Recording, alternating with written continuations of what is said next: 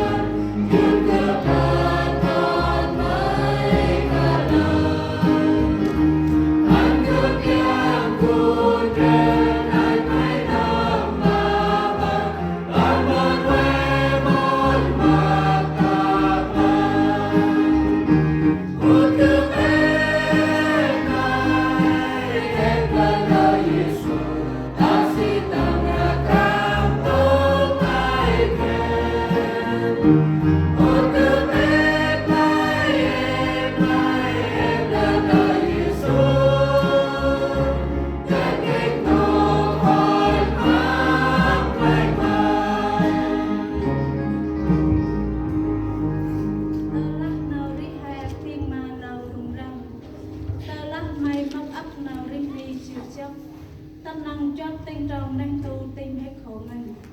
anh mấy vai thom mà Giêsu tâm giúp Syria lầm lại lòng tinh từ lắc tâm năng ra ba trăm quân sung sướng là chỉ khổ này anh ra mà lại Hãy subscribe cho kênh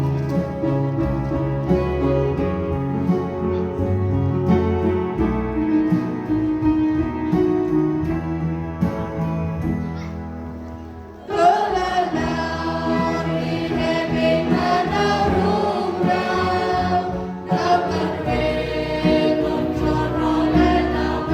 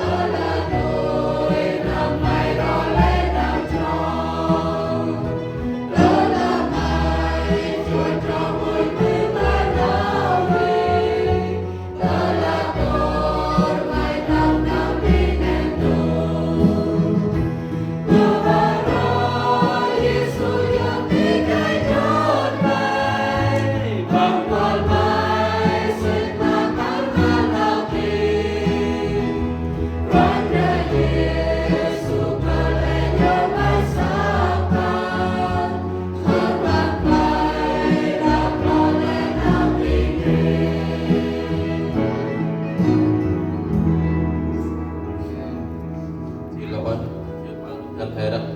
nó phải đó